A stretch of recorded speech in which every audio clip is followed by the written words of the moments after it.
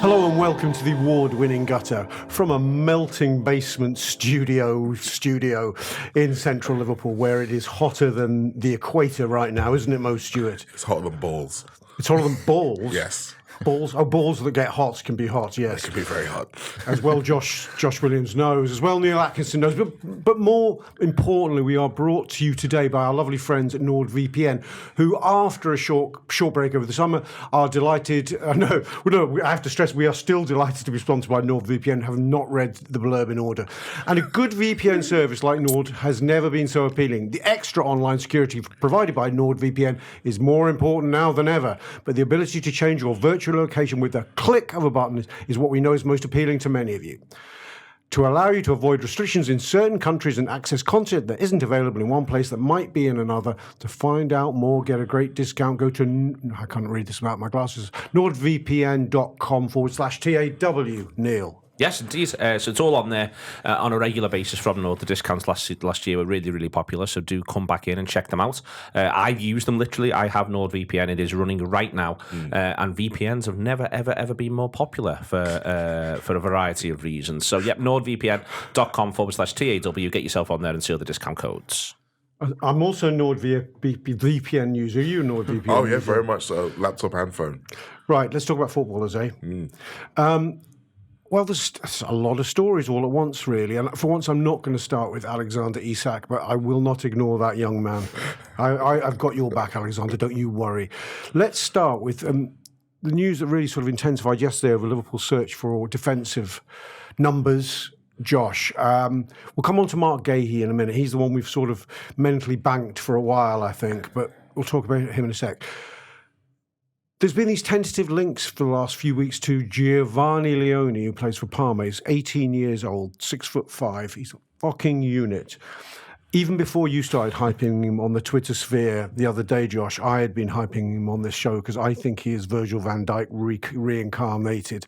But it looks like our talks with Parma are really quite advanced. And it looks like the boy himself wants to play for Liverpool. And they're even pushing aside the idea that he might be loaned back to Parma for a year and saying he wants to come now. What's your whole overview on the Leoni situation? Yeah, I'm a little bit surprised by those elements that you've just mentioned there. I thought they might have been a loan back sort of thing. I thought he might have been reluctant to leave Italy. You know, we get that with Italian players. I think Arsenal found it a bit tricky to get Calafiori, for example, out of Italy. But Richard Hughes has those Italian contacts like you wouldn't believe. Yeah, very true. I think maybe he's part of the mafia. He can speak Italian as well. Yeah. So you didn't like that joke at all, did you? That's a fucking great joke. Listen, he might be. Slander, maybe, but he looks like he could be. He's got that look, hasn't he? Man in Portsmouth. Yeah. Sorry. No, he looks like a top prospect. I really like what I've seen of him, to be honest. The data's a bit noisy because he hasn't played too many minutes yet, and he's a centre-half playing for the team that finished 16th in Serie A. But how many minutes? How many games would we say? 17. Yeah, 1,200 minutes in Serie A. But generally, though, like a very easy filter to use when you're searching for players, upcoming players who are still teenagers, is any teenager, to be honest, who plays across Europe's big 5 leagues with more than 1,000 minutes is probably pretty good, because he's playing in advance of his years, and Leoni's 18, already doing it. So it's like the Liverpool scout was Siri, find me the next big young centre-half in Europe who will have played 18 games. Well, this was the case with Mosquera, who's just gone to Arsenal. This was the case with Lenny Yoro. Yeah. De Ligt, Hato. Usually if you're in advance of your years, you start getting opportunities when you're a teenager, when you're a centre-half, and Leoni's showing up as one of them. As you say, just an absolute physical monster for his age. Looks really mobile, despite being 6'5". Yeah. People have been at odds with me a little bit when it comes to whether he's fast or not. I would say fast, relatively speaking. For someone who's 6'5", generally is not fast. Leoni looks really, really fast for me. And what I really like about him as well is he's got this nature about him where he seems really proactive, really aggressive. Like he wants to get tight to his man. He'll stand on your heels and try and nick the ball off you and get into. He wants that contact sort of thing. And I don't think it's a natural fit with his current team, but it would be at Anfield, it would be what Liverpool are trying to do. So I'm a big fan of him. I think he's a huge prospect. Looks like no one in Italy can really afford him at the moment, and feels quite opportunistic as well, considering he's newly emerged on the scene. Liverpool have got the money to do it. Liverpool have got a need with the centre half department. So I'd love it to get done, and I think he's got a huge ceiling. I've rarely watched a footballer we link to. I'll go on the YouTubes and almost straight away go, oh my God, there might be something here. And I know it's always projection when you're watching a player on YouTube, but I've watched enough of them down these, especially we were talking about this the other day, especially with centre halves. You go, he's just heading a fucking ball away. I mean, at the end of the day, what about the ones he missed? But I felt, Mo, what was fascinating about him, without wanting to over-egg the Virgil comparisons, but I'm going to, is he sort of had a physicality, which I sort of, that rare balance in a physicality of a centre half that Virgil has, that he's almost able to play like in the Matrix, in his own time frame. He's sort of just within the clips you watch him, he just seems to ease his body into the situation. It's almost like other people aren't there. He's just so fucking big. Yeah, I think it speaks to Josh's point about the way his speed is that he doesn't seem like he's moving quickly. No. Because he eats up the ground. But Virgil never does. No. And he has got a couple of other Virgil-esque traits that I've noticed. Like, he's not someone who goes to the ground easily. If he doesn't have to, he won't. If he can shepherd someone away, he won't. And physicality, which you think when you've got a young player coming from Italy, coming into the Premier League, might be the biggest hurdle. Physicality is where he's made his name. Like, the game that got everybody talking about him when they played against Napoli at the end of last season. And you were going to say that. And he absolutely shut down Lukaku. Yeah. Like, I watched that whole game, and it was brutal. Like to the point where Lukaku was clearly getting frustrated. Like, there's a couple of times we started like swinging his elbow into him, and it was just bouncing back. And When do you ever see someone choose to go shoulder to shoulder with Lukaku? Yeah, most centre halves would just go, nah, not today. But how long ago was that? Do you think it's formed a big part of Liverpool scouting? So it was literally the second to last game of the season. Right. So it was in May. But so I know it's a hot day, so you'll all be appreciating this. I have a teensy bit of cold water to pour on this here. That's why we're here. Yeah, because I know. Look, we have to be realistic, right? It is a very small sample size. And I know you mentioned like Mascara and stuff like that. Like, he hasn't even played for the Italian under-21 team yet. Like, he got into the training camp for the Euros, but he didn't make the final squad. Like, he's still at the very, very beginning. The start of his journey. The start of his journey.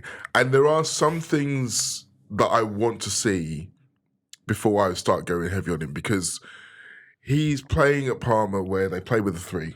Pretty much, I mean, he has played some with a 4, but they play as a 3. They're a very low possession team. They're a very low block team. He's not had, I mean, you've seen clips where he's got to run back, but he doesn't have to do that often for Parma. And his manager, Kivu, the guy who brought him through, who's also a centre-half and would know a thing or two about playing a position, he kind of set them up so he wasn't likely to be exposed. So they're playing low block. They've got 2 defensive midfielders around him. It's very rare he's on an island where he's going to have to do a lot of defending. Something that we do see Liverpool centre-backs have to do on the odd occasion. Turn around, you mean? Yeah, but also just have someone running at them like 24/7. And even the stuff like his aerial duel numbers are great, but the volume's so low. And the same with his pass. Like, the amount of stuff that he has to do playing for Parma is minimal. So what I would like to do, like, I'm not 100% surprised that they didn't want to loan him back to Parma. What I'd like to see Liverpool do is loan him to a team who's playing at the top of a league somewhere where they do have a lot of possession. Maybe they do play a little bit more Liverpool-esque. I don't know, a Benfica, for example, someone like that, where he's still going to play. Could you put him in Bournemouth if you could? Maybe. Because Bournemouth do Bournemouth came to mind for me, by the way, when you were saying that. They do have some of those qualities, and obviously he's close to home. And no So you centre-backs. get the adaptation to the country, etc., etc. The league. Yes. Yeah. But I think the thing we have to acknowledge here as well, the centre-back market at the moment is so skewed. It's so hard to buy. I mean, it's naturally hard to buy anyway, but I think even now, Big centre-backs, there seems to be a dearth of them. everyone's trying to get the next new young big thing. So Liverpool are saying, we're going to take a punt on this guy and hopefully he'll develop on our term, on our dime, rather than someone else's. But we can save ourselves 30 to 40 million quid. Because if you look at Dean Howson as an example, if they said, "Oh well, we'll leave him at Parma and we'll come and buy him next year," next year's price could be double. Like, I mean, and there's competitors for his signature as well. Exactly. I mean, Parma bought him for €5 million and they're now asking for 35. And he basically played 17 games for them. So if you extrapolate that up, and that's because he does have talent. He does have talent. But I think we all need to understand that he's very early in his career. And we need to be able to give him the patience to develop. I'm excited by it. Given the brief Liverpool have given themselves, I'll come to you in a minute, Neil, but I just want to express a few opinions on it. Given the brief Liverpool have given themselves, which is to find a one for the future, a young centre-half, I think if this ends up being where they land, it looks like it is, they've done well. Of course, the reservations are the lack of data. At 18... you wonder, and behind Ibu Konate, Virgil van Dijk, and potentially Marc Guehi for at least a season, and even Joe Gomez, you wonder exactly what his pathway is and what development plan we've got for him in the first 12 to 24 months. That's a reservation. My other reservation is injuries to young players. It's very hard to see. It's very difficult to predict whether this growing phase of their lives, whether they will come the other side as functional footballers. Mo and I were talking before we came on about some recent big Liverpool prospects who more or less have failed to make the grade, or probably will fail to make the grade for us because of persistent injury. And I'm going to cite Rhian Brewster, Cade Gordon, and probably even to now Stefan Bajcetic. I hope it isn't going to prove true of Connor Bradley. I hope he is the exception that proves the new rule. So those are my reservations. But broadly, Neil, I think if we can't get excited about this kind of prospect, I don't know who you can get excited about, is my main takeaway. I think the thing about it is, in a really weird way, it's easier for Liverpool to have a developmental plan for a player who's the age of 18 and plays centre-back than it is if he's 20. I accept that. And the reason why is because, for instance, if he doesn't kick a ball in a competitive match for Liverpool until the third round of the League Cup, then fine. You know, you're working with him in the meantime. He comes in, he joins, and then you've got the fourth round of the League Cup. You might have a look, depending on the squad and how the squad's functioning, you might have a look at playing your pot 3 or pot 4 team in Europe at home. You might have a little look at that, and you might have a look if you feel as though you've got a weakish league game at home. But before you know where you are, this stuff can sort of add up quite quickly to 5 starts before the new year.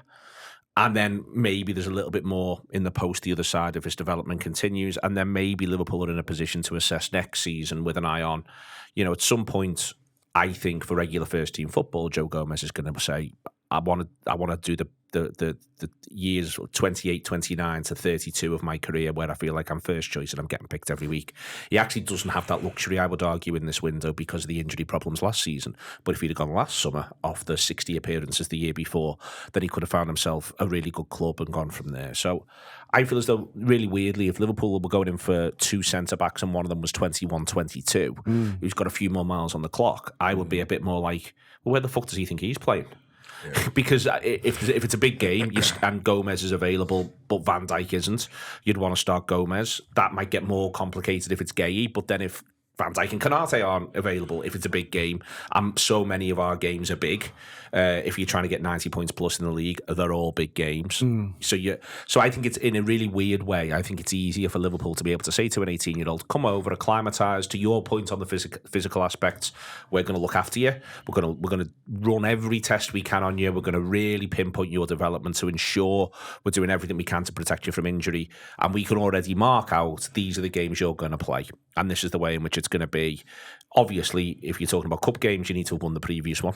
Do you think they'll have gone as far as, because if I was his agent, I'd want this, or his mentors, can you be quite specific with this Liverpool as to the games you'll get, for example, in the first half of the season? We accept the league. Do you know what I mean? It's a bit further than, okay, the League Cup games. Could they say, we'll promise you 2 league starts? Yeah, maybe, but it's worth saying as well, the other thing that Liverpool are able to offer, and I don't mean to be disrespectful to anyone here, let alone Parma, but Liverpool can offer the best coaching facilities, or amongst the best coaching facilities in the world. And our pastoral care is meant to be exceptional. And a lot of other football clubs the majority of if you are the best by default, 90% of teams aren't. So it's not me having to go Parma. 90% of top flight teams will not be as good as Liverpool across the big 5 leagues in Europe. So let's just sort of presume Parma fall into that category. Yeah. It's a relatively safe assumption. So Liverpool, you're able to offer all of this. So even if it doesn't work at Liverpool, there's all this other stuff that there is going on. The size of the fees a thing, but to your point, as you made earlier on when we were chatting, he's not actually played that many games for Parma to really miss him at this point, both supporters but also for the club. They might just almost might think, this fella's going to develop past us so quickly anyway. We might as well just take the money now if we need it this summer and then go from there. And then they might have a plan to reinvest, not just in the centre back position but elsewhere. I think it can work. I think it's perfectly sensible. I'm not, I don't necessarily like rolling with 5 centre backs. I think it can create problems, but if you're going to do it, you want centre back 5. I would argue to either be 18 or 36.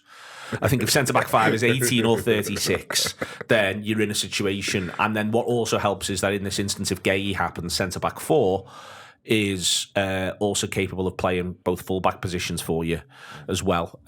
It may well be part of why Liverpool have suddenly stepped up the urgency of moving Tsimikas on, because if there's one that you're really carrying in that instance, it's your third choice left-back. If your attitude is, you need to be able to say to Joe Gomez, listen, you're going to play somewhere pretty regularly, and this is the somewhere. The biggest thing about Gomez in the context of the wider centre-back recruitment point is solely that the manager last season, A, seemed really committed to him being centre-back, B, seemed to really like him at centre-back.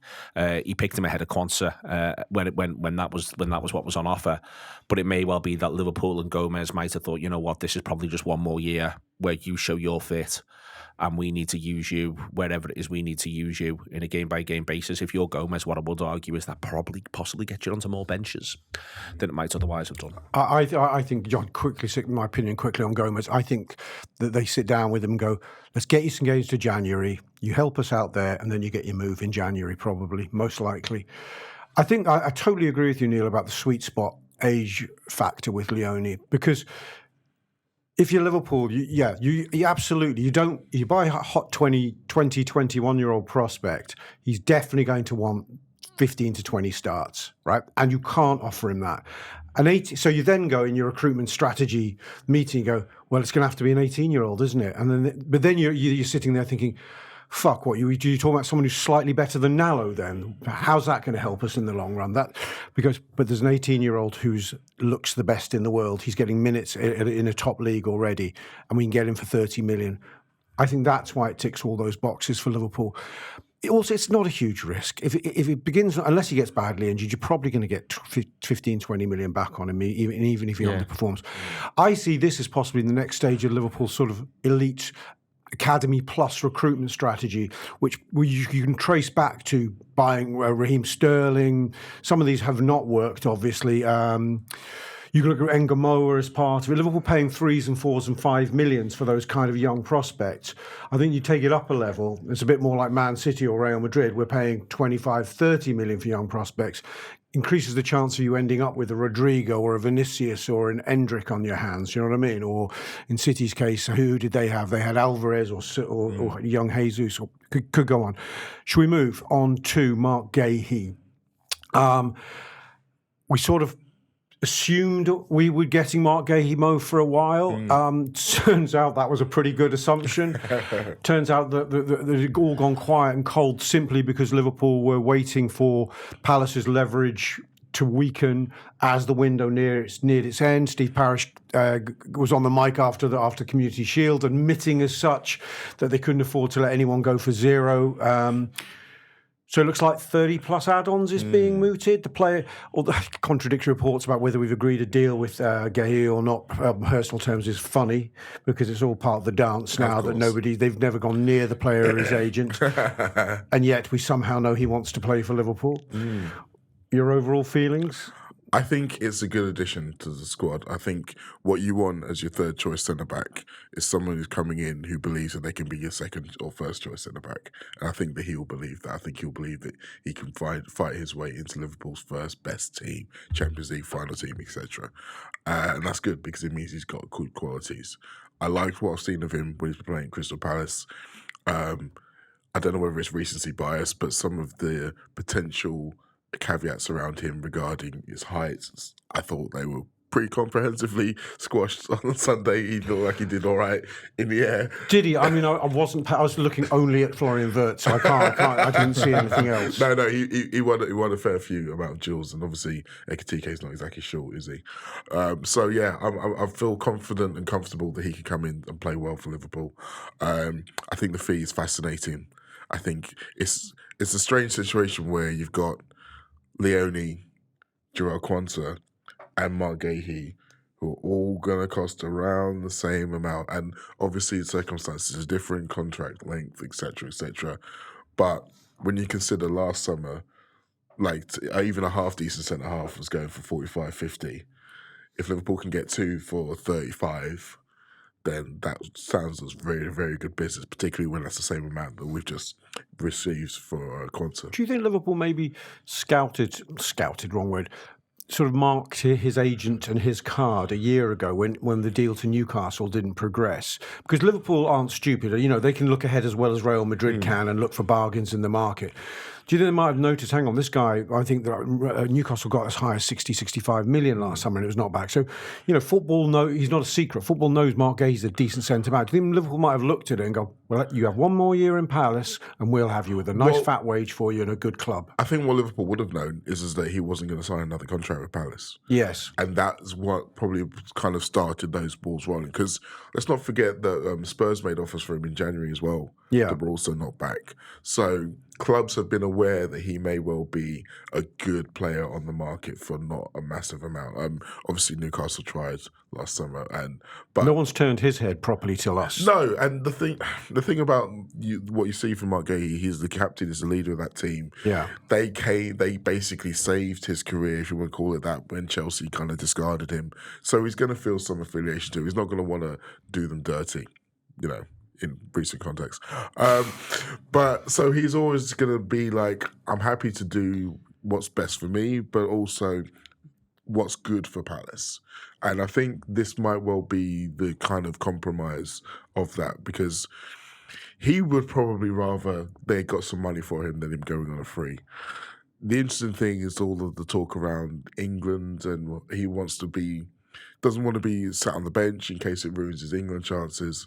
I would say, if you're Liverpool, I would say to Marc Guehi, have you seen who you're up against in the England centre-half?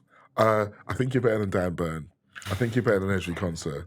I think you're better than John Stones now. I think you're better than Harry Maguire right now. But that won't be Liverpool's pitch. No, Liverpool will say, we think you can be as good as any of our existing stock of centre halves. Yeah. I think that's what they will say to him, and semi-mean it. But in terms of his issues around, am I going to be playing enough games for Liverpool to get in the team? You're going to be playing Champions League games for Liverpool, I suspect, so that will help. Obviously, it's unfortunate that Levi Colwill got injured, but in his determination to beat Marc Guehi to get into the World Cup squad, it's a massive bonus. So I think that is currently overplayed a little bit. I think Liverpool can just say, look, you'll be fine. I think Guehi, how many starts would we say Guehi got last year across competitions? Probably 32 in the league, 33 in the league, maybe 3 or 4, 5 in the cups. So he probably got, let's call it 40 starts for Palace last season. For Liverpool, in a season where you probably are aware that there's a transition between you and Ibu Konate, there's a strong likelihood of that. I think you'd take 28, 30 starts, wouldn't you, Josh? Yeah, I was thinking about that. I think Liverpool should be aiming for about 60 games. Well, exactly. I mean, Virgil van Dijk made, I don't know how many starts last season. You'd expect him to make at least 5% less. And that's without injury, just through looking after him. I know, he's Virgil van Dijk. Not so much that. It's more that Liverpool surely wants to play at least 5 more games in Europe. Yeah, okay, there's all that. Yeah, okay. I think we were all going to reach a conclusion of violent agreement that Marc Guehi is going to get his 28, 30 starts for Liverpool, even without having to kick Ibu Konate in the bollocks. He got last season. He got 44 starts. Yeah. Oh, no, wait, no. Starts is, rarely centre-backs are subbed on. I think we can take with, we can work off 44. It was 44 starts. I think what was interesting, I'll stay with you on this one, Josh, about we yet to find out what he truly meant, is Slot's post-season comments about the experience of that week against PSG and Newcastle and the month around there where he felt his super team lost momentum. Ground results out broadly, but lost momentum. And he commented on it around the, should I have rotated more? But at the same time, by not rotating more, I got us to a position where we were far ahead in the league. So he obviously saw a conflict in what was going on. He was pleased with his strategy, but also realised something was awry, and he wouldn't want to repeat that again. My conclusion from that is the conclusion I'm guessing he would reach is his ideal scenario is a 22 that effortlessly interchange. And I think he could say to himself he had it with Gakpo and Diaz to an extent. This is why I think like Ekitike and Isak, I don't want to make this into a big fuck-off squad conversation, but I think let's look at the centre-half position. This is why I think you can sell to Guehi. Do not worry about the number of starts you're getting, because everyone's going to have their minutes managed that bit more. Yeah, I agree. I think we seem to be going from a bit of a quantity spot to a quality position where we've maybe got fewer faces compared to last season, but the first 16... Three playing for two places syndrome all over the pitch, I think. Yeah. Something like the first 16 players would start for the large majority of Premier League teams. Like I think Marc Guehi, for example, I think gets into the City team. I think within reason, I think every team in the Premier League would take him. I don't think he'd start necessarily for every team in the Premier League, but every team in the Premier League would take him. Like Newcastle have recently started to buy him and just mentioned that. Spurs the same. Chelsea were getting linked recently, by the way. Only Arsenal would pick two ahead of him every week, I think, in this league. Yeah, well, that's what I was thinking, yeah. I think City, there'd be an argument in there that, rotates quite a lot, doesn't he, Guardiola, when it comes to a centre-half. So, I think it's just a solid, really steady... And going back to the Leoni thing as well, that's one of the beauties of being able to sign, an 18-year-old prospect. You're getting him alongside someone who you just know exactly what you're getting in Marc Guehi, who's been around the block and a lot of minutes now in the Premier League. Still only 24, 25, but he's, captain of Crystal Palace and stuff like that. So it's a nice duo. If you get them both in at the same time. Smart, isn't it? Everything that Guehi doesn't offer, the kid does. And everything the kid doesn't offer, Guehi does. So it's I nice. love it. The sort of the symmetry balance feels great. Even the height. Well, this is it. I know. It's yings and You're yangs. getting in Marc Guehi and you're getting in someone who's 7 foot. So. Neil, how do you feel that as a body of work in addressing the refurbishment of the centre-half position, this would feel like a good start? I would contend. I think we all feel this. Do you? We're a small team. Yes. I've got to keep coming back to the fact that we're a small team. Well, yes are we going and back no. to this? No, but we are. We're a small team. We spent an hour on this. Yeah, that's what I mean. And that's one, not changed. It's not changed. We're a small team. Yeah. You got to see we were a small team, I thought, at the weekend. We've seen that we're a small team in pre-season. We're going to stay a small team if Guehi comes in. It's not as though, let's be clear about this, Guehi and Leoni are going to make some sort of centre-half partnership thing, and suddenly before we know where we are, you can say they complement each other, but they're not going to play 12 games together. And if they do, something's gone very, very, very badly wrong somewhere. On the manager and the squad points, Van Dijk makes 51 appearances, 21-22, all comps. I think it's safe to presume that it all starts. So he gets 51, and that was when he was being managed coming back from injury. And I think Liverpool will probably look to have something a bit similar this year. So it was interesting first half of the season in 21-22. Van Dijk doesn't play that many of the European games. He doesn't play that many midweeks. He's 3.5 years old now. But he was back from the really bad injury. Yeah, true. So the way Klopp manages him is that he basically almost pulls him out of midweek football. If you look this year, for instance, I think we play Sunderland at home. It's a midweek game. I think 2 games against Sunderland are midweek games. It wouldn't surprise me if quite quickly Van Dijk's not playing either of them. 3rd, 4th pot teams in the Swiss system, home and away. I reckon you'll probably say to Virgil, come on, this is how we're going to help manage you. Second half of the season, when everything's all up for grabs, you're going to be all guns blazing and you're going all the way through, which is what happened in that year in 21-22. I think, I think that, so. I think that there's the potential for the games to be there. The games to be there that the player might want. I think you can see part of what we're going to end up with is having to deal a lot with counter-attacks over the course of the season because of the way we're playing, the selections we've made, the decisions we've made, which is something else in common with 21-22 when we do so brilliantly, by the way. So I think that all of that is why there is the argument for Guehi. He might be the best one that's on the mark because I can't be arsed with him in tons of ways. Okay, yeah. So I just can't be bothered with it all. And also I just do have. It is legitimate, especially looking at Liverpool's first 3 games of the season, to go, I'll tell you what, set pieces could be lively. Now, he's not going to play in any of them, I don't think, or he's not going to start in any of them, but it is just sort of worth saying that it is going to be a weakness for this side. Not necessarily corners either. I think they're actually quite good from corners, Liverpool. I think they attack the life out of corners and have a good plan. Wide free kicks are the Achilles heel. That's the one. Yeah. That's the one. And also, you're not that far away from seeing opposition teams. I think in the second half of the season, we began to see it more and more. I thought when West Ham were good at Anfield, one of the reasons why we all thought they were good was what they were really good at was working the ball to 30 yards away from goal.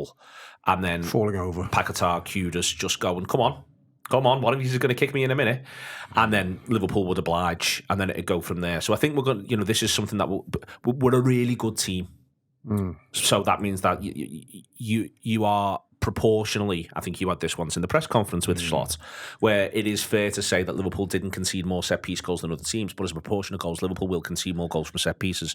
That just can't get out of hand, is my point and my concern. And when you've got to pick Salah, and you've pretty much got to pick McAllister, and you've got to pick one of Kirkes or Robertson, and you're probably going to have to pick Frimpong a little bit more than you might like, then not having the clear aerial dominance at the heart of your defence, it is just going to cause a problem. I think Liverpool and would Wirtz, say... you've got to pick Wirtz. I think the Liverpool team, if they were represented at this table, their recruitment team would go absolutely nil, 100% agree.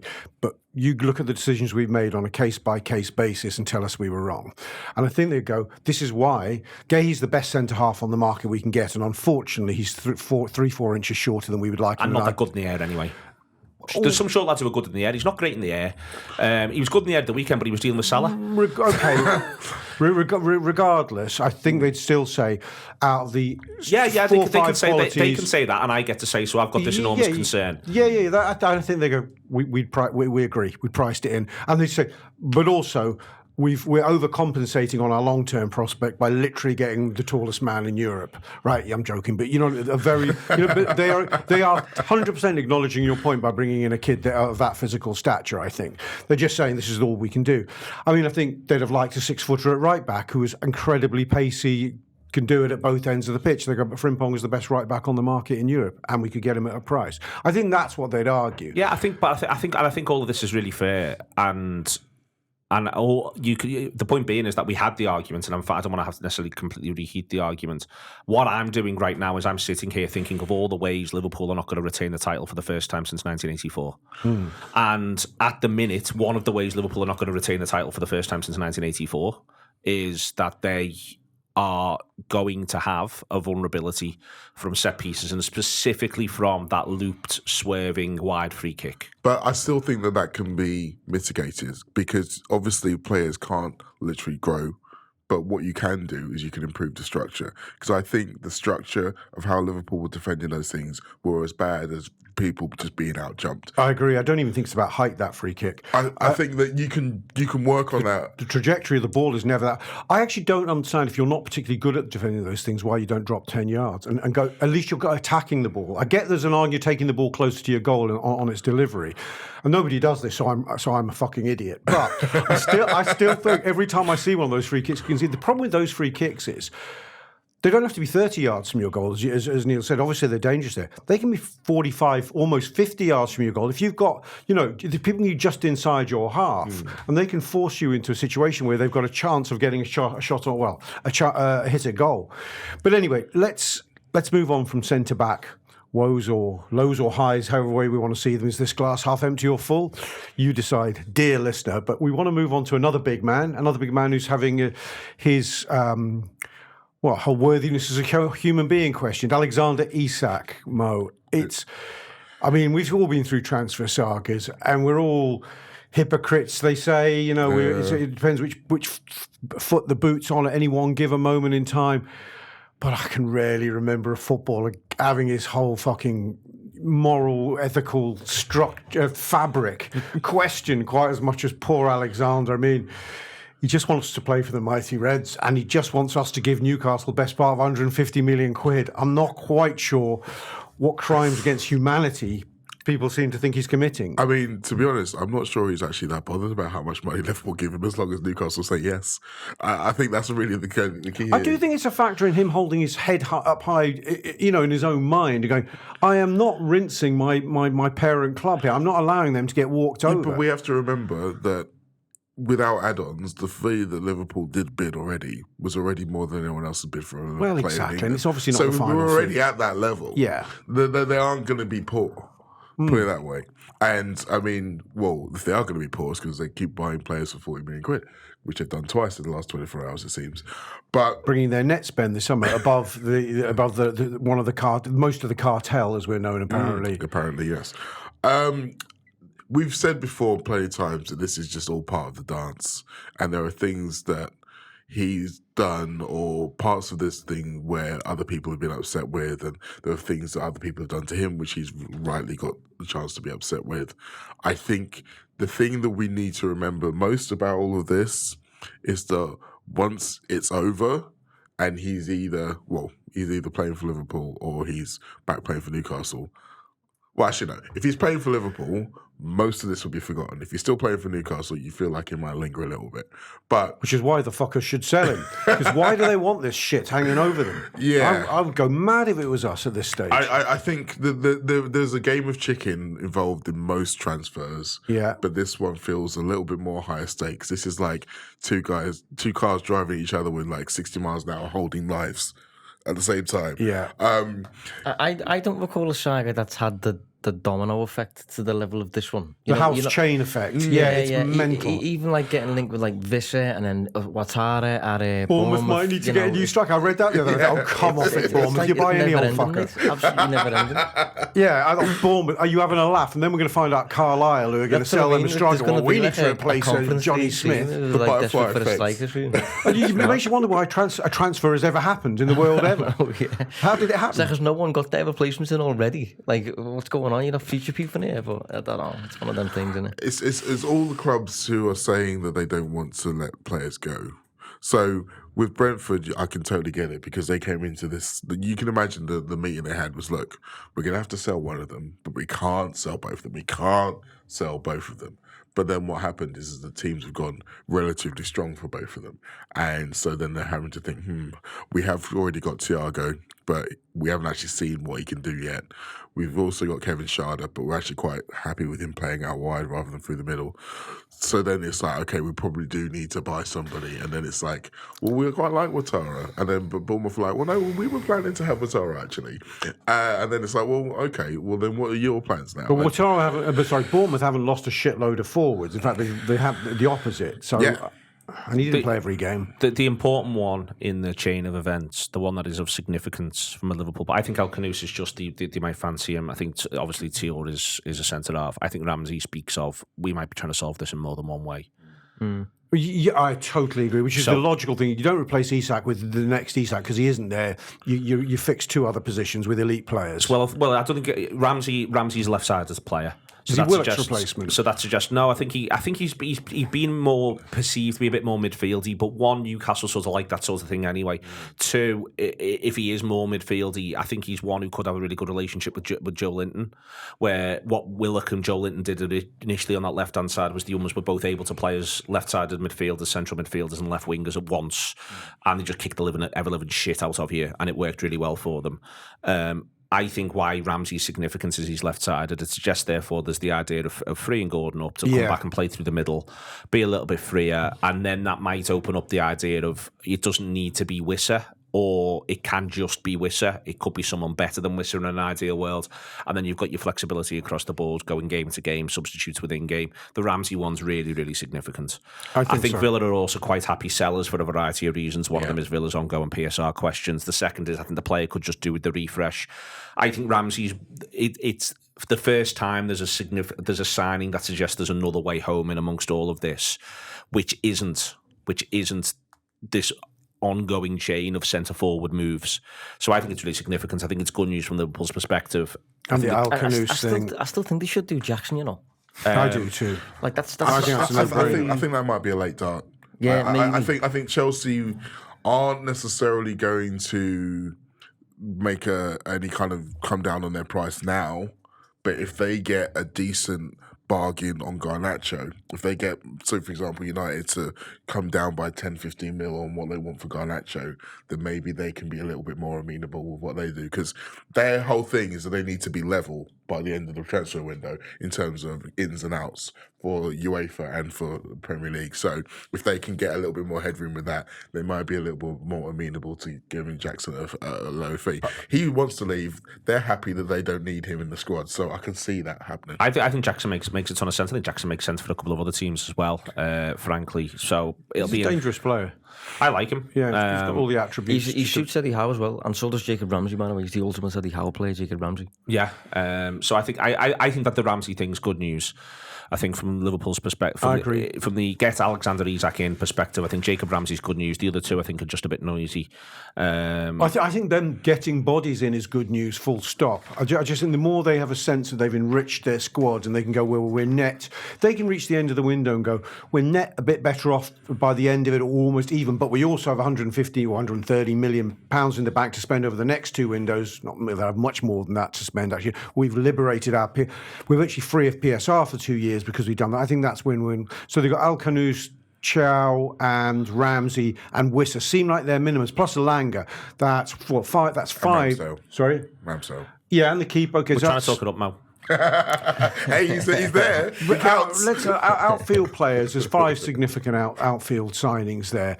One, a central defender. I don't. Where does Al-Khanous play? Is he midfielder? Yeah, he's a bit of a floaty midfielder. I'm not having him really. Okay, he's a squad. He's the squad one. Ramsey might get in the first team more often than not. I'd probably rather have Enciso, but I like Enciso because he looks like a little narc. Yeah, he is. Either way, these are good. These are the shorter signings. If they haven't got into the Isak conflict, they'd have been all quite happy with.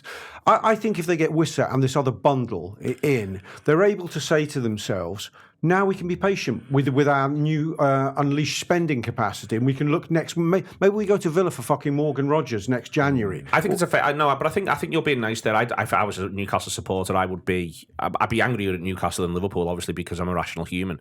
But I'd also be I'd be furious. And with what we've just sort of described there as, and this is a bit better, I would still be furious. Yeah. I'd still say it's not. I agree. And there's a variety of reasons for that, but it just isn't. What it actually speaks of is there was not a strategy going into the window. We thrashed around, and this is where we've ended up. And is it better than the way it could have looked like 10 days ago? I mean, possibly, yeah. But Ramsey's Ramsey's a very Eddie Howe footballer, which is a nice way of saying he's an attacking wide player who doesn't have a fucking ton of output. El-Khanous is a bit of a fucking ghost as far as I'm concerned. He'll do things in nice moments for you when the going's easy, but he's not going to dig it out of any holes. I remain Elanga sceptical in that I think he'll get you up the pitch, but I don't think the output has been shown to be there yet. Maybe it comes at a later date. Who else am I slaughtering? Teal might be good. I don't fucking know. What's interesting is they are the level of signing that they would have made 3 years ago, and they wanted to be making the sort of signings we're making. And not even the sort of signings we're making. I think there's a gap between the two states. Yeah. Sesko as a good example. Sesko is not Isak. Man United are making. And he's not Ekitike. Exactly. And this is where it's gone wrong, and this is where the strategy bit hits. So I don't think, in inverted commas, they're happy with that. I don't think that that's true, and I think that they're weaker going into this season when they're going to have more stress, more big matches, more emotional nights. I think they are weaker. All of that said, I think it gets them out of this current hole, and I think if I'm Eddie Howe, I am going to the Newcastle hierarchy and saying, other than the two really big home games we've got, I am prepared to piss the Swiss system up the wall, play my best team in the league because we just need to qualify for it again. And I do that at all costs. And we're almost happy not to get out of certainly the playoffs. And we accept the consequences of this. My players might not be, but we find a way to sort of have that conversation and sell it. But I think it's a dreadful state of affairs if you're Newcastle, genuinely. I think they're currently the biggest advert I've ever seen for having constant, strong, intelligent infrastructure at a football club. I think you've never seen the likes. Yeah. And they should be ashamed of themselves. And this is the world in which Man United exists. Yeah. You could argue Liverpool are the opposite as well, by the way, and we're doing business with them, or trying to do business with them. Yeah, this is one of the things. We did a thing on 3 Strikes about how difficult, how you can or can't behave rationally, and it's actually quite difficult to behave rationally with irrational things. And you end up sort of driving yourself a bit mad. Of all the noises, just to really fucking stick the boot in. Of all the noises this summer, Alexander Isak should already be a Liverpool player. Yeah. If all the stuff on the conversations that were had, when they were had, all those bits and pieces, he should already be a Liverpool player. He should have done a fair bit of pre-season with Liverpool. There should have been an overarching, this is what we're doing. And if you're Newcastle, there should have been, and this will be our run of moves that we're going to make. Done it in June. Do you know the crazy thing is they end up now in a macho position whereby if we let him go now, regardless, we're going to look weak. If we try and play macho and keep him, we're going to keep this cancerous cloud over the club, and then have to play out this are we strong or weak farce in January or beyond.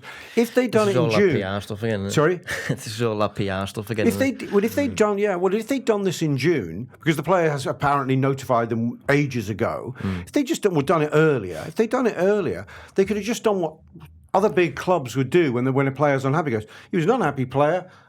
We felt no choice but to sell him. But they could have got to the point of thank you, Alexander. Yeah, and all of that straightforward. If what you've done is it's he leaves on Tuesday and everyone knows X is coming in on Wednesday because we've been working on that and we've said to that player you're gonna absolutely lead the line in our Champions League push and this is what we're going for and this is the outlook. All of that was possible for them and they've ended up in this absolute mess. I think a part of it as well is that the Newcastle number 9 is possibly the most emotionally charged position in the entire Premier League. So in order to do that, they had to be 1,000% sure that they were going to have someone else for everyone to direct their love towards. Like, I still think on that scale, Jackson's a bit of a hard sell because he is a bit of a, we're getting him because the team he had him didn't want him, rather than... He just needs to score a goal at the Gallagher. But he can make that happen. But I think for Newcastle to be able to sell... to do the positive story of thank you, Alexander, we're moving on, etc., etc., they needed to already have the successor because he's had so much more power as a Newcastle number 9 than any of them for about 20 years. So all of that was going to need to go somewhere. And the fact that there's no one who wants to basically pull that sword out of the stone, that's quite a big part of the problem. Here's their problem, though. If they'd planned and accepted they were going to sell Isak at the end of the season, right at the end, and sold him in June, they could have embraced the bigger part of the window without their arm up their back as a PSR. They could have embraced negotiations for João Pedro or a Mbeumo, going, we will be offering the biggest wages. They could have gone to Victor Gyökeres while Arsenal were fanning around. Yeah, the biggest wages at the table on offer will be from Newcastle's backed by Saudi Arabia. All due respect to by Saudi Arabia. Apologies to Saudi friends there. I meant it in an affectionate way.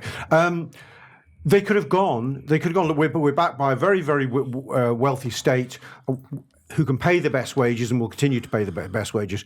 Now they've made themselves look like one, they're trying to hold players hostage and not let them develop their careers. Two, they're not even giving them the big contracts yet. They're basically one side of a line with Alexander Isak. They can be the big club they think they now are with their backing, or they can stay being the small club for another week, another month, another season. And that's what it comes down to. And I know all these views, if they ever get clipped or the Newcastle fans ever get to see them, will We're think not these clipping this bit, Patrick. think somebody, some mofo somewhere. We're having 2 nights in Newcastle, Rob. Come on. Oh yeah, that's true. I mean, I'm thinking about my disguise already. 2 nights. I fucking love Newcastle. Yeah, actually, can we just do the last part of the show about how much we love Newcastle? Can we clip this bit? Yeah. Fave pubs in Newcastle, Josh. Shall I start? But seriously, let's get back to the nitty gritty, Josh. How does this play out? What's the window got now? 18 days left till it slams shut, something like that. How far are Newcastle going to take it? Do they I mean, I think we're past the stage where we have to literally see Newcastle hold it with a striker holding up a flag going, yay, I'm delighted to be here, for Alexander Isak to happen the next day. I think it's got to be moving towards an end game. Yeah, you'd like to think so. I mean, I said the other day on the last cut that I appeared on that Everton just kind of screams, we have never done this before when it comes to Newcastle here. I think the headline should have initially been at the very start of the summer, Alex wants to go, Alex wants to leave, and it's as simple as that. And if you get to that point in the modern day where a player kind of gets to a point where he outgrows you a little bit and his level is beyond the current team's level, you can't really hold on to him. It's not about PSR, it's not about wages, it's about ambition, it's about wanting to win sort of thing. So Liverpool have had this many, many times with many, many players. You know, Leverkusen have done it this summer with Wirtz, you can tell accustomed to doing it. Borussia Dortmund are accustomed to doing it. Newcastle aren't. They're in this messy spot now because they're desperately trying to save face and hold on to this player despite his wishes.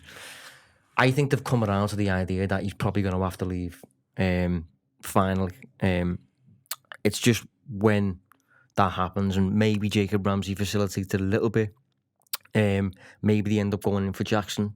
I think Mo makes a good point, as in they don't really have to do it yet. It's with Jackson, it's a bit of a weird one, as in who blinks first.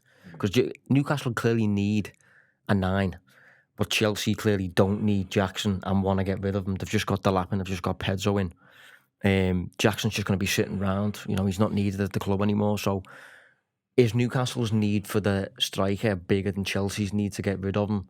That's going to be a bit of a drawn-out process. But maybe in the meantime, Newcastle just find a way around it with someone like Ramsey, facilitate Isak's transfer, because it's just a dark cloud for them, isn't it? It's just hanging over them. I think they need to have a striker, and I think it needs to be a really good one. And I think they need one. But they haven't got fucking any. I mean, the sticky part here is they haven't got any.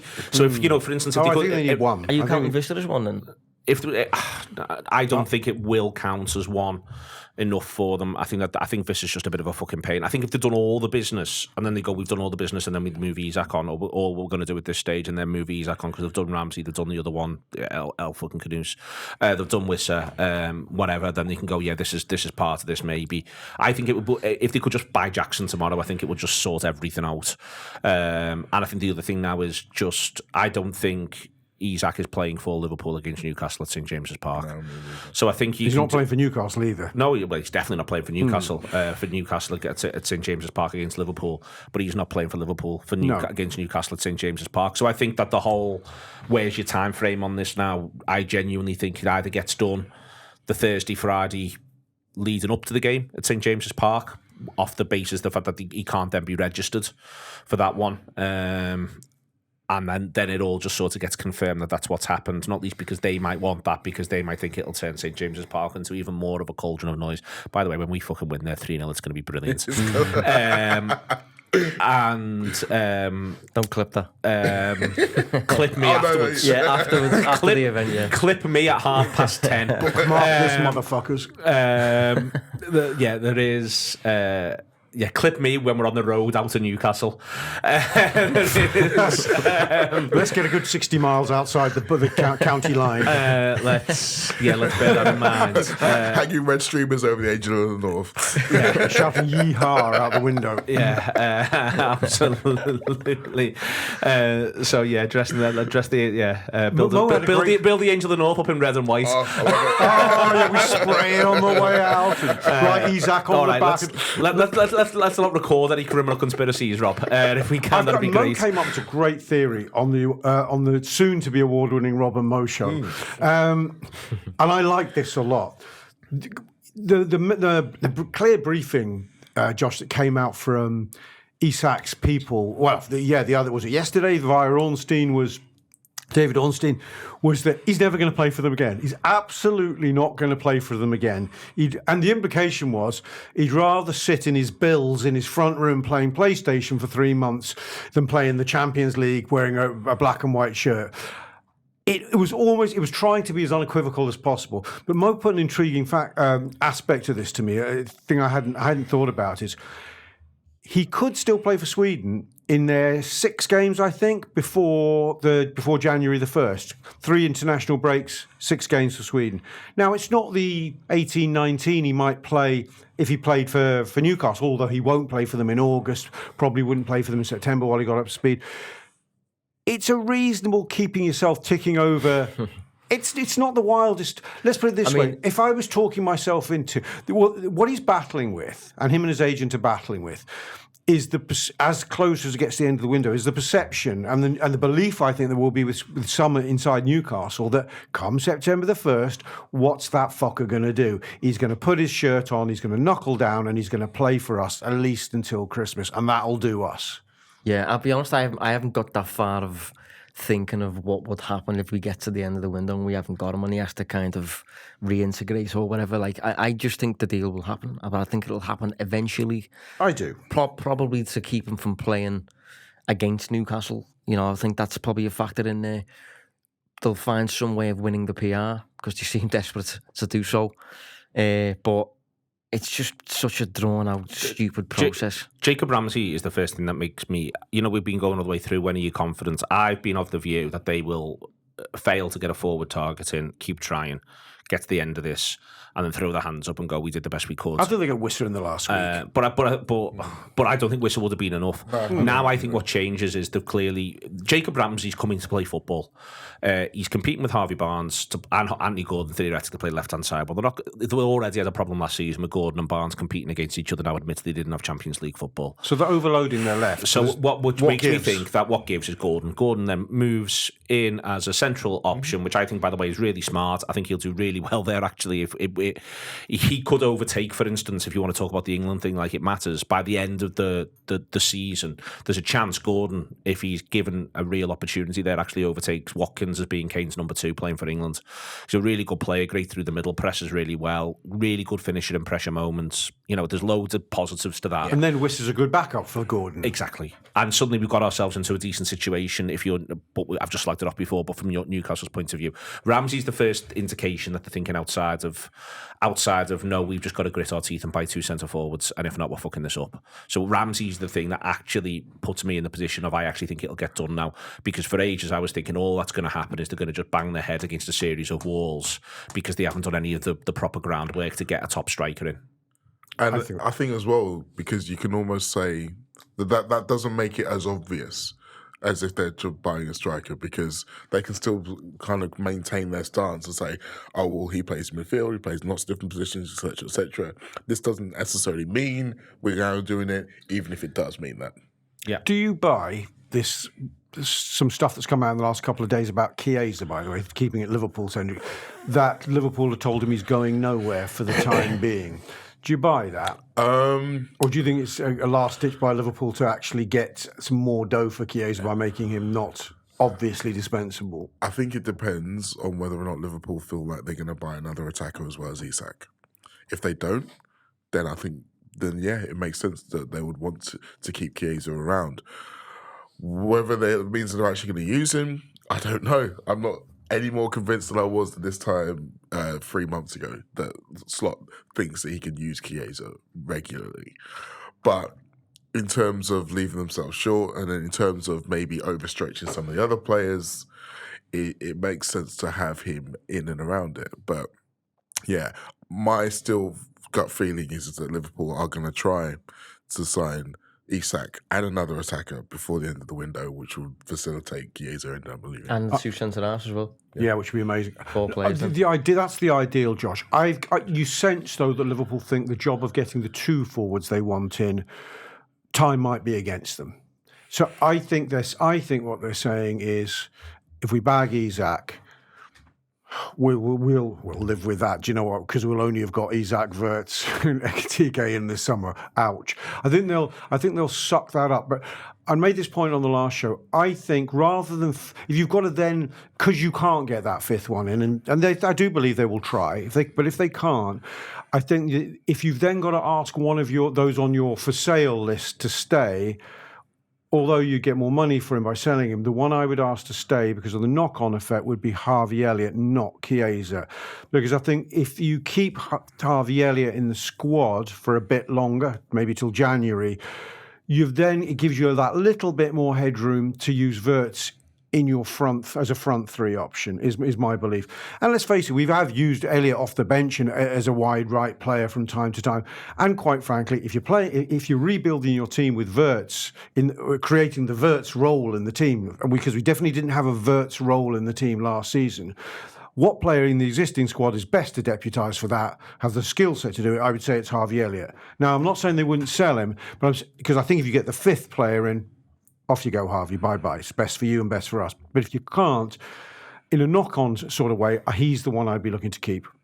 Yeah, I take your point, but I just can't see Liverpool doing that. I think the market for a player who, I mean, how many games did Harvey Elliott start last season in the Premier League and Champions League? I think he features in like 30 odd, but he starts perilously few. I want to say about 5, that. you know. Yeah, I think it's less than that. Yeah, What minutes? honestly, like, what minutes does he get? It's not insignificant. but if it's that few and you're getting upwards of 40 million plus for him, Yeah, that you can't. You're right. They will, in the league, he gets 5.290s, and in the Champions League, he gets 2.290s. Yeah, see that to get 40 odd million for a player who's contributing to that level, I just think if you're keeping someone around for cover purposes, Chiesa probably is the man, because the fee that you'd get for Chiesa at the moment is going to be lower than the fee that you'd get for. do you not Harvey think Elliott, forget the positional aspects in a specific sense, but do you not think Harvey's contribution is likely to be a much higher level than Chiesa's from what we've seen thus far? not only our counter-argument. not necessarily. Like Okay. I mean, Chiesa can do both sides. Chiesa can do the 9. He could probably do the 10 spot. He'd need to step up. Yeah, I mean, from what we've seen thus far, but really, his energy Elliott, levels. Slot just doesn't seem to fancy Elliott. I think I don't know. It's a difficult one, that. But I think because of the market for Elliott, the lack of market for Chiesa, the versatility of Chiesa, and the fact that whoever you pick is only a cover option at best anyway. I think Elliott's probably the sale. I hate this conversation. It makes me physically sick. I know it does. That's why I didn't go to you on it, but I have to now. But Liverpool need to have 5 forwards, and if Liverpool don't have 5 forwards by the end of the window, I genuinely think, even given a lot of the other positives, people need to really sort of reflect on how we've reached this point. And I know there's a really obvious reason why, and I want to be clear, I'm well aware of the depth of the tragedy involved. Yeah. But Liverpool, I think I've got to contemplate that. I'd keep Doak. Yeah, I keep is Doak. that's another I'd keep factor. Doak, and the reason why I keep Doak is I also think he's the easiest one to sell or loan on the 31st of January. I think he doesn't lose value. Yeah, that's true. In the fullness of this, I think he still remains. I think you can argue that 4 or 5 months of coaching at Liverpool, development at Liverpool with a few starts dotted in. I think he helps if, when you go to December, one of your solutions, given the 5 centre-backs, is Gomez and Bradley to right back and Frimpong further forward, because Frimpong and Doak are similar wide winger types and not forwards. So you effectively do go to almost a 4-4-2. Potentially it gives you that option to a 4-4-2 or a pure 4-2-3-1. Liverpool, whilst it's been written down as 4-2-3-1, we all know Salah is the focal point of the attack. You can't replace that with Frimpong or Doak, but what you can do is say, we're just going to play like, it's not complicated football. The fella who wears number 9 and stands up front, he's the focal point of the attack, lads, and the rest of us serve that. That's the way it's going to be. And I think Doak helps you with that more, and I think that Chiesa, just in a number of ways, looks like a busted flush. I say all this whilst I don't have to A, work with the people or footballers in question, and B, don't have to have them around the place in that sort of wider sense, and that's a bit more complicated. I think the interesting thing in terms of usage, and because obviously if you're going to keep one of them, they have to actually use them. There's no point saying, I'm going to keep him, and then it doesn't get used. And you look at Sunday, Doak, Chiesa and Elliott were all on the bench. Who's the only one who gets on is Elliott. I think Elliott could still be used. My point. And I think it might change his mind if Chiesa's still in the building on September 2nd.